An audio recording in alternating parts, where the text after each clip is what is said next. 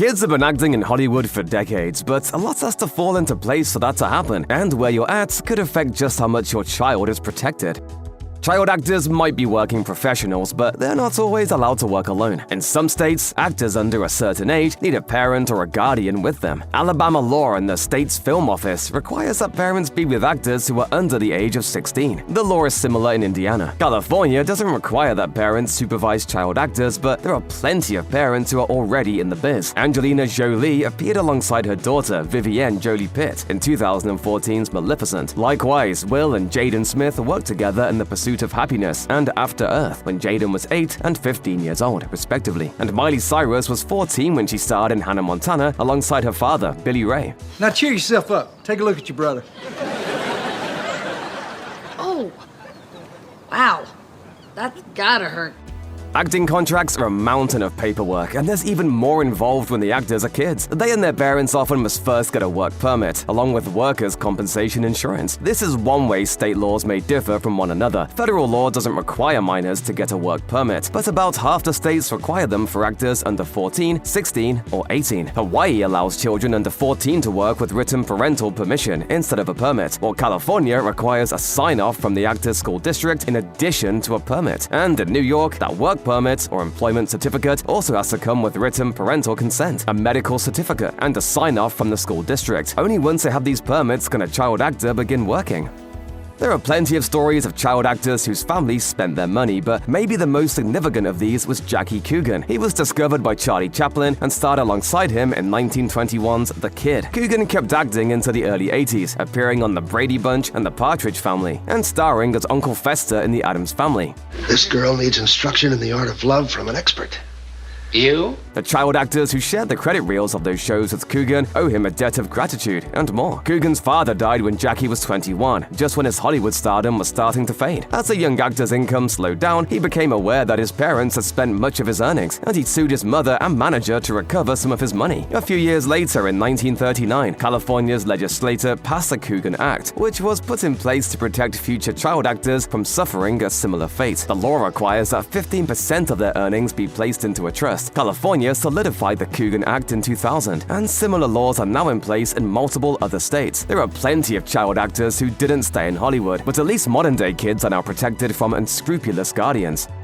Federal law keeps minors from working long hours. For kids under 16, it's no more than 3 per day or 18 per week while school is in session, and no more than 8 per day or 40 per week during school breaks. They also can't work from 7 p.m. through 7 a.m. during school, or 9 to 7 in summer months. In California, work hours include time on set and in hair, makeup, and wardrobe. When you add that prep time to mandated recreational and educational hours, table reads, rehearsals, and performance, it adds up. There's also an important guideline for all union crew members. When their workday ends, they have to wait at least 12 hours before returning to set. The provision is in place to keep actors rested and everyone on set safe from accidents. As you'd expect, infants aren't expected to put in the same full work days as their 17-year-old co-stars. 6-month-old children can't work for more than 20 minutes in a stretch, which can make coordinating a scene with multiple babies a tough task for first and second assistant directors. These production staffers often help manage another very important must for child actors: on-set schooling.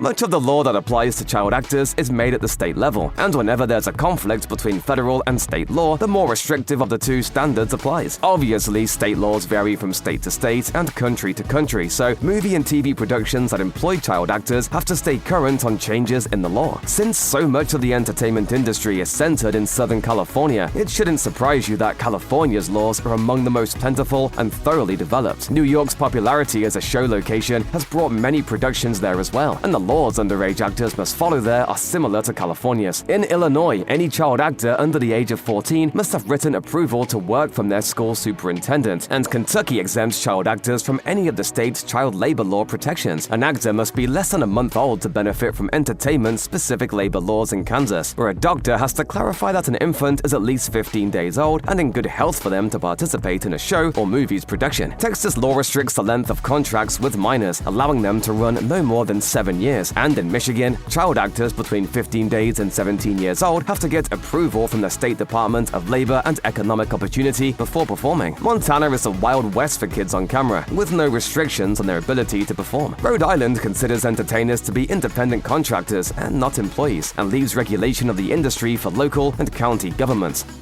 Child actors might be Hollywood stars, but they still have to go to school, and producers have to make it happen. In California, child actors between ages 6 and 15 are generally required to attend school full-time, with some 14 and 15-year-olds allowed to work full-time while school is in session. Other expectations are made for actors with private tutors or who moved from another state with less than 10 days left in the school year. Studios usually employ on-set tutors so that child actors can work as much as they're allowed while they're still obeying the law. When a child actor has access to a studio teacher or tutor on set, they're only required to have 3 hours of instruction each day. That's far shorter than a typical school day and allows them to work longer hours than child actors who are still attending school. Child actors with tutors can work up to 9 hours a day, while those in school can only work 3 hours a day, including time in hair, makeup, and wardrobe. The Screen Actors Guild policy requires studios to provide a tutor for any child actor who will be on set for 3 consecutive days or more, but they can honor any days off on a school district's calendar. Alaska allows for a waiver of the studio teacher requirement in approved cases.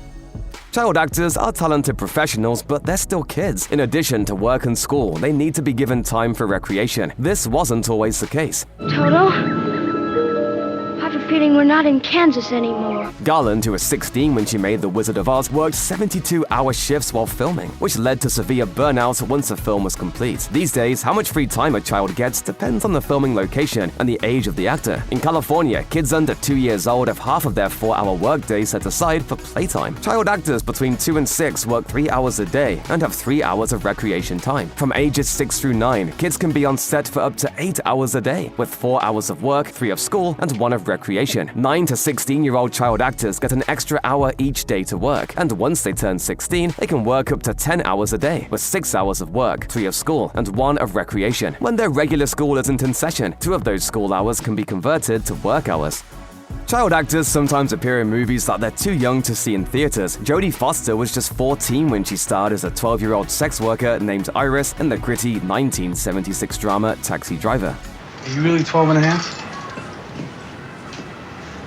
Listen, mister, it's your time. 15 minutes ain't long. Foster and Robert De Niro both earned Oscar nominations for their performances, and the R-rated film picked up another nod for Best Picture. More recently, a 13-year-old Chloe Grace Moretz co-starred in 2010's Kick-Ass, a superhero comedy that had more than enough adult language and violence to earn an R rating as well. Okay, let's see what you can do now. Moretz contributed plenty of both while on screen, including committing more than a dozen murders. She returned as Hit Girl in the 2013 sequel Kick-Ass 2, but at 16 was still too young to see the R-rated flick in theaters. Natalie Portman's first film role as a 12-year-old was an assassin in training in Leon the Professional, a film that included a romantic storyline between her and the much older title character. She was also slated to appear in a shower scene until her parents lobbied for its removal. In 2023, she told The Hollywood Reporter, "It definitely has some cringy, to say the least, aspects to it. So yes, it's complicated for me." Of course, child actors under the age of 18 may not perform in sexually explicit productions, although it's the producers who would get in trouble, not the young performers.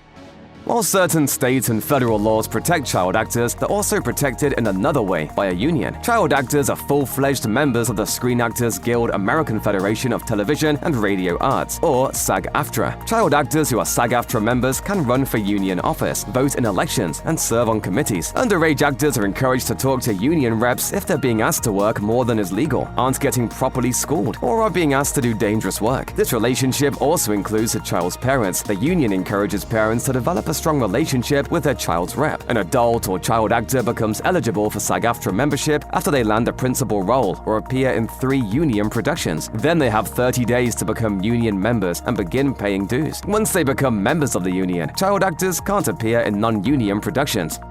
Child actors often bond with their adult co-stars. Sofia Vergara and Rico Rodriguez spent over a decade together on Modern Family, and after it ended, Rodriguez surprised his former co-star by showing up to a taping of America's Got Talent, on which Vergara was a judge. Likewise, Jesse Taylor Ferguson had stayed close with his on-screen daughter, Aubrey Anderson Emmons. In 2017, Ferguson talked with the Huffington Post about working with Anderson Emmons, telling the publication, "I love watching her learn about how TV works. She makes me laugh." I've changed. I don't like Beyonce. Take that back. Or Britney. Or Gaga.